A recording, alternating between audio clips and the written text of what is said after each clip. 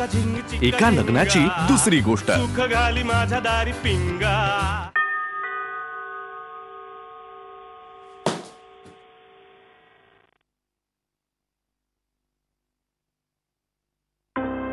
अत्ती तू? अरे बेबी तू, मुड़की बेबी. अरे ऐसे क्या भूत बन के खड़े हैं आप लोग? हाँ आम्ही भूत पाहिल्यासारखे उभे आहोत. आम्ही भूत बनून तुझ्याकडे पाहत नाही. पुतळ्यासारखे काय उभे आहेत माझ्यासमोर असं म्हणायचंय मला. समजलं? हिंदी हिंदी. आता मला आत तरी यायला सांगाल की नाही? काय काय पाणी बिणी विचाराल की नाही मला?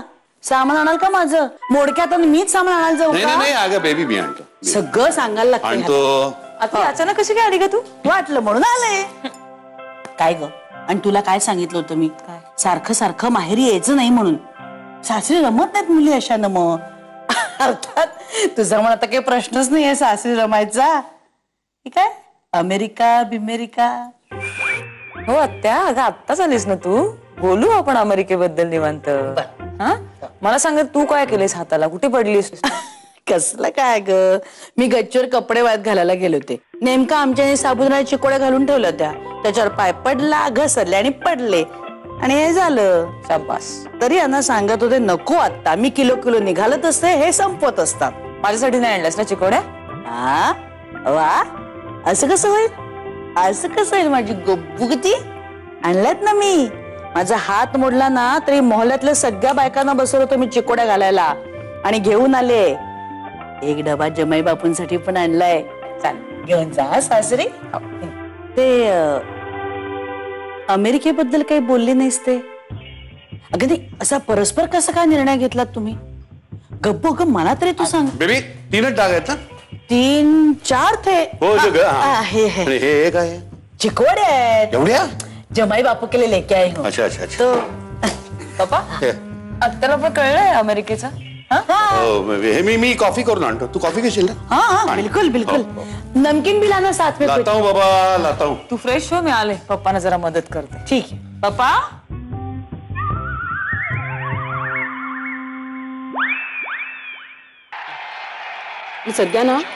सध्या लिसन, मॅच पेक्षा ना घरातली टेन्शन जास्त महत्वाची आहेत. नाही पण तुम्हाला कशाला काय वाटणार आहे? तुम्हाला आहे ना काहीच वाटणार नाही कधीच. भोगते ती ना बिचारी राधा. राधाचं काय? राधाचं ना काहीतरी मेजर बी नसलंय. म्हणजे ना ती एकदम कसनुशी झाली हो बिचारी. तिला ना मनातून घनाबरोबर अमेरिकेला जायचं नाहीये. हा, आणि तिला घना जातोय म्हटल्यावर जावं लागतंय. परवा इथे आली आणि मला म्हणाली, सुप्रिया काकू आपण चला ना सगळे एकत्र हॉलमध्ये गाद्या घालून झोपू. मग म्हणाली नाही नको, राहू दे, मला आता तसंही एकटीने राहायची सवय केली पाहिजे. एकटी कसं काय? घना आहे ना अमेरिकेत. घना आहे हो, पण आपण सगळे नाही आहोत ना. आपलं काय? असं कसं? लहानपणापासून ती बिचारी एकटीच वाढली. आता जरा रमली आपल्या घरात येऊन 4 माणसांमध्ये. आता तिला आपल्या सगळ्यांना सोडून जाणं जड जातंय. पण डोंट वरी, आपण काहीतरी मार्ग शोधूच. अय्या हो, खरंच निघेल याच्यावर काहीतरी मार्ग? हो, म्हणजे निघणारच. तुम्ही जर हा कार्यक्रम हाती घेतलात ना तर तुम्ही तडीला न्याल. राधाची अवस्था बघवत नाही हो मला. तुम्ही करा ना तिच्यासाठी काहीतरी. आता ना काहीतरी केलंच पाहिजे. नाही येऊ दे घनाला. मी काय म्हणतो की तू ना म्हणजे कसं राधाला असं मस्त मूड येण्यासाठी म्हणजे असं मस्त काहीतरी खायला कर ना छान. या काय आणू? कोथिंबिरीच्या वड्या आणि हे मस्तपैकी असा गरम आल्याचा चहा आमच्यासाठी. सांगा ना सरळ, स्वतःला खायचे आहेत म्हणून. जा ना, मार ना. बरं वाटतंय ना आता? हो, आता बरंच बरं वाटतंय. माझी उल्काने एवढी सेवा केली आहे ना माझ्या आजारपणामध्ये, मला आता त्यामुळे परत एकदा आजारी पडावंसं वाटायला लागलंय. तुझी बायको नव्हती ना, उल्काला केवढी काळजी वाटली रे. पळत पळत गेली तुला भेटायला. हो खरंय.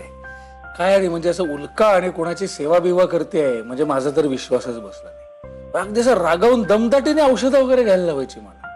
बरं का, असं एखाद्या गृहिणीसारखं सगळं तिने केलं माझं व्यवस्थित छान. कसं आहे म्हणजे लग्न झालं तेव्हा सुरुवातीच्या काळात करायची बरं का ती हौसेने सगळं. पण मग नंतर काय झालं की या सगळ्यामध्ये फार वेळ जातो असं तिला वाटायला लागलं.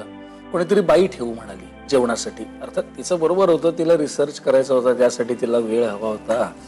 नाही पण काही म्हणा, ती नसती ना आज माझं काही खरं नव्हतं. तुम्हाला तर माहितीये मी काय प्रकारचा माणूस आहे. अहो जरा डोकं दुखायला लागलं माझं तर मला वाटतं मला ब्रेन ट्युमर झालाय का काय. मीच बोलतोय सगळं, तुम्ही काहीच बोलत नाही यात. बरेच दिवस मनात होतं तुझ्याशी बोलावं, पण कसं बोलावं तेच कळत नव्हतं रे. असं काय बोलताय माई, बोला ना. तुम्ही दोघं वेगळे झाला, तू नवीन संसार थाटलास. उल्काला तेव्हा अशी गरज वाटली नाही, पण आता वाटतंय ती एकटी पडली, तिनंही नवीन संसार थाटावा. नाही म्हणजे हे बघा, एका अर्थी बरोबर आहे तसं तुमचं म्हणणं. म्हणूनच म्हणते तूच बघ काय तो विचार कर. विचार कर म्हणजे मी काय विचार करू शकणार नाही. आता मी जाऊन तिच्यासाठी स्थळ वगैरे शोधावं असं म्हणायचं नाहीये ना तुम्हाला. हो, मला तेच म्हणायचंय. काहीतरीच काय, असं कसं शक्य आहे. उलट तुलाच ते शक्य आहे रे. तूच तिला चांगलं ओळखतोस, तूच तिच्यासाठी योग्य स्थळ निवडशील. नाही तसं नाहीये, माहितीये काय. बघा एक गोष्ट मी तुम्हाला सांगतो जी आजपर्यंत मी कुणासमोर बोललो नाहीये. मला माहिती आहे तुमच्या सकट सगळ्यांना असं वाटतंय की घटस्फोटाचा निर्णय हा उल्काचा असणार, पण नाही, घटस्फोट घेणं हा प्रामुख्याने माझा निर्णय होता. और नाही, माझ्यासमोर पर्यायच उरला नाही हो दुसरं काही. म्हणजे उल्का काही जुळवून घ्यायलाच तयार नव्हती त्यावेळी बघा ती अतिशय इम्पल्सिव्ह झालेली होती. आपलं म्हणणं खरं करायला कुठल्याही टोकाला जायची. आणि माई एक सांगू का मी तुम्हाला, म्हणजे संसारामध्ये सतत आणि कायम एखाद्या माणसाला पडतं घ्यायला नाही आवडत, जरी समोरच्याचं कितीही बरोबर असलं तरी. मग तेढ वाढत जाते, तशी ती आमच्यामध्ये वाढत गेली. नाही, आता असं समजा तुमच्या म्हणण्याप्रमाणे एक वेळ कदाचित शोधेलही मी तिच्याकरता कोणीतरी, पण तिला कसं जमणार आहे आता त्याच्याबरोबर जुळवून घ्यायला. पण आता काळ बदललाय विनोद, आणि उल्का सुद्धा खूप बदलली. हो म्हणजे तसं थोडं खरं आहे तुमचं म्हणणं. म्हणजे आजारपणात माझी सेवा करणारी उल्का खरंच खूप वेगळी होती. म्हणून ही जबाबदारी मी तुझ्यावर सोपवते. म्हणजे काय तुम्हाला खरंच असं म्हणायचंय की म्हणजे मी उल्कासाठी नवरा शोधायचा.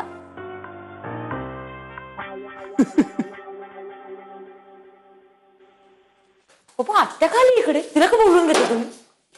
आई शपथ सांगतो, हे बघ आई शपथ सांगतो, मी काही तिला इथे बोलवलेलं नाही. ती इथे कशी आली मला माहित नाही. हो का? मग घनश्याम अमेरिकेला चाललाय हे कसं कळलं तिला? आकाशवाणी झाली होती, बातमीत छापून आलं होतं. ते मी सांगितलं. हा का? का म्हणजे काय, माझी बहीण आहे ती. तर तिला जर मी या गोष्टी सांगितल्या तर तुला काय एवढा संतापायला झालाय? तुला सांगतो हे या सगळ्या गोष्टींना मला एकट्याला नाही घेता येत. I wanted to share it with her. So I informed her, I told her. पप्पा आधीच ना आज दिवस माझा खूप वाईट सुरू झालाय, चिडचिड होते, तर तुम्ही ना प्रश्न वाढवून ठेवा. आणि कॉफीच्या ऐवजी चहा करायला घेतलाय तुम्ही आता. माझ्या येण्याबद्दल माझ्या भावाला झापू नकोस. आत्ती तुझ्या येण्याबद्दल काही प्रॉब्लेम नाही का मला? पण अगं आमचं अजून अमेरिकेचं कशातच काही नाही, पण पप्पांचं ना घाईच सगळ्याची त्यांना. पण मनात तर आहे ना. आणि जोपर्यंत मनातून हा विचार जात नाही तोपर्यंत मी काय इथून हलणार नाही. काय हा चल, जमाई बापूने इथेच बोलवून घे. काय ते इथेच बोलून टाकूया ना, सोक्ष मोक्ष लावून टाकूया. काय म्हणता दादा? हो आधी चहा घेऊ. म्हणजे काय, कॉफीच्या ऐवजी चुकून चहाची पावडर घातली मी. चालेल रे. तर चहा घेऊ आणि मग लावूया सोक्ष मोक्ष. मला चहा नकोय. ए असं काय करतेस ग? एक दिवस चुकून त्याने चहा बनवला, घे ना. त्यात केवढा हट्टीपणा करायचं ग? मला वाटलं सासरी जाऊन बदलली असेल ही, लेकिन अभी तक तेवर नाही बदले तुम्हारे. बघा पप्पा, मी बदललेलं नाही, मी तशीच आहे अजून. नाही ग, नाही खूप ऍडजस्ट करते ग, खूप ऍडजस्ट मी नाही करत ऍडजस्ट. करतेस ग तू. ऍडजस्ट करतेस, ही करते ऍडजस्ट. बरं बाबा, पण हे आता मला जमाई बापूंकडूनच कळेल. राधा जा, जमाई बापूंना फोन कर बघू. त्याने इथेच बोलवून घे. हा आपण बोलून टाकू ना इथंच. काय तो नाहीये इकडे, हैदराबादला गेलाय. तो आला की बोल त्याच्याशी. हा पण आत्या मला नाही वाटत तो तुझं ऐकेल. अरे वा, ऐसा कसं आहे? हा बघू ना कसं ऐकत नाही माझं ते. काय बोलो बोलो. ओके घरा चहा घाल.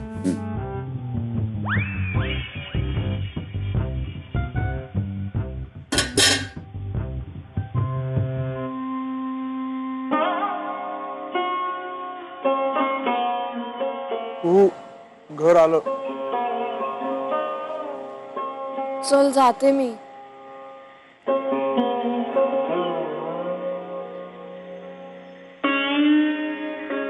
बाय.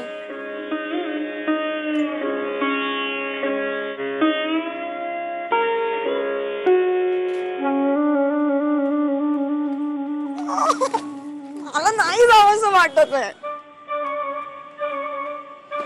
तू माझा निर्णय झालाय. कसला रे? तुझ्या बाबांकडे तुझा हात कधी मागायचा याचा. हे बघ, मला शनिवारी सुट्टी आहे. हा शनिवार मारुतीचा वार म्हणजे माझा लकी डे. बेस्ट मुहूर्त आहे. बस मी शनिवारी येणार. खरंच? हो खरंच? खरंच खरंच प्रभात? प्रभात खरंच? हो खरंच येणार आहेस? हो हो म्हणजे मी असं प्लॅनिंग केलंय की मी 25 बैठका जास्त मारेन आणि मी 50 पुशअप्स काढून येईन. इतकाही जास्त व्यायाम करू नकोस की बाबा समोर आले की हातपाय गळून जातील तुझे. ऐकू, यावेळेस मी हातपाय नाही घालणार. मी सरळ जाऊन भेटणार आणि म्हणणार, हो काका हे बघा. तू काका म्हणणार आहेस माझ्या बाबांना? का काका का नको म्हणू. मी काकाच म्हणतो ना. नाही मग फिर आमच्या घरभर काका मला वाचवा, काका मला वाचवा असं करत. काय प्रभात, तू मला मागणी घालायला येणार आहेस ना? लायब्ररीचं पुस्तक परत द्यायला येतोयस का? ठीक आहे ठीक आहे.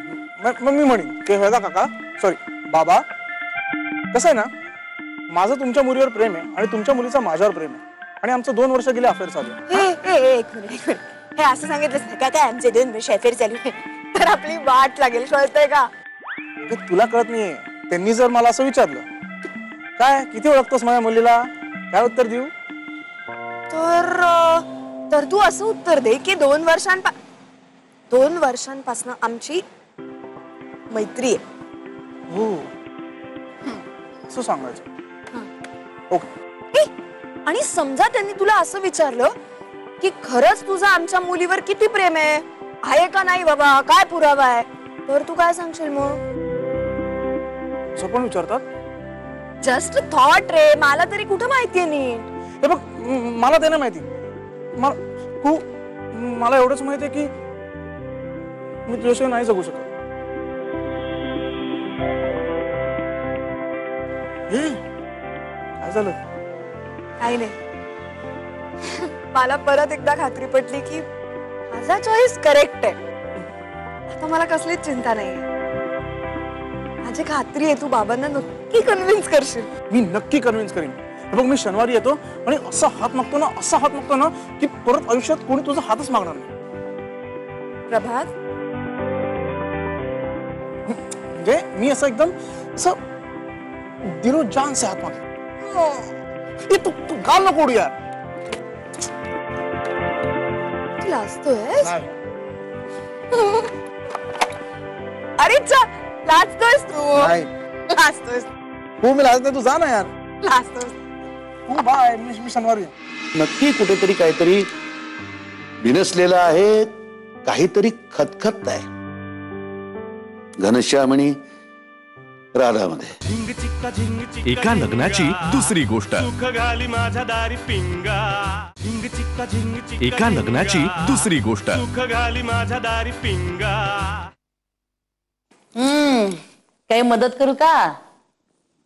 मोडक्या हाताने मदत करणार आहेस? अरे सारखं मोडकी मोडकी मोडकी चालवलेस. आल्यापासून बघते मी सारखी चिडचिड चालले. एक तर रिझर्वेशन मिळालं नाही, तसंच आले मी इथे. त्याचं काहीच नाही तुला. सारखी चिडचिड चालले. जातेच कशी मी निघून आल्या पावली परत. आत्ता कुठली गाडी मिळणार आहे तुला?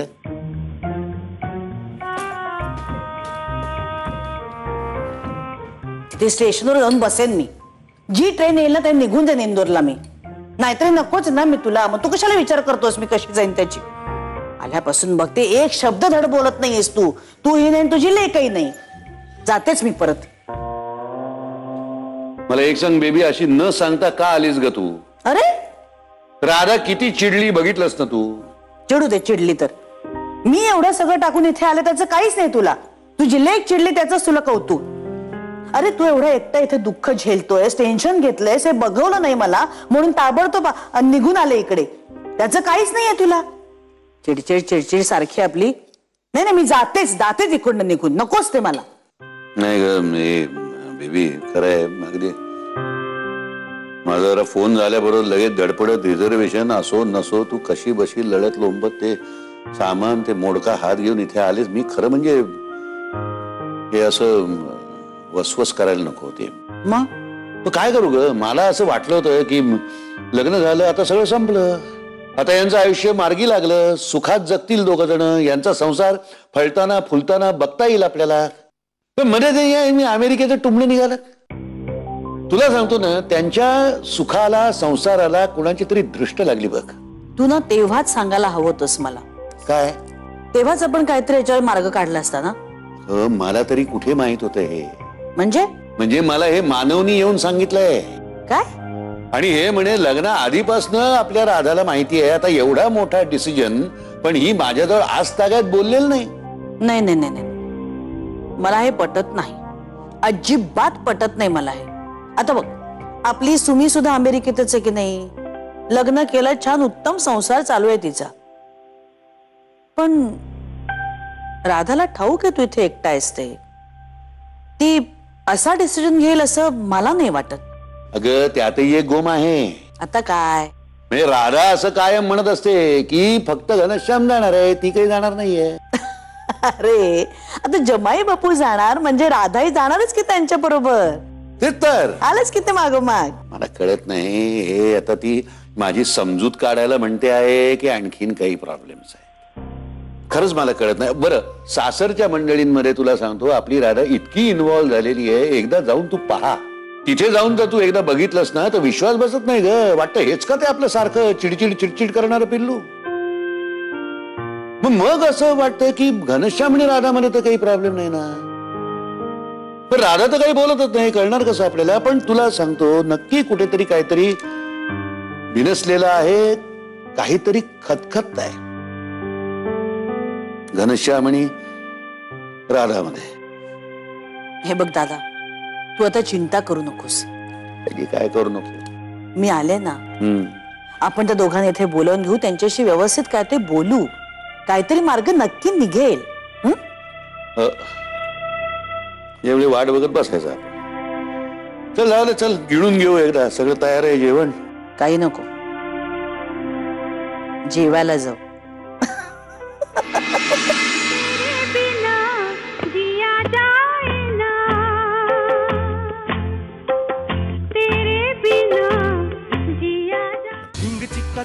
एका लग्नाची दुसरी गोष्ट. सुख घाली माझ्या दारी पिंगा. झिंग चिक्का झिंग चिक्का. एका लग्नाची दुसरी गोष्ट. सुख घाली माझ्या दारी पिंगा. अरे राधा, आलीस तू? हो. लिसन, बरं झालं इकडे.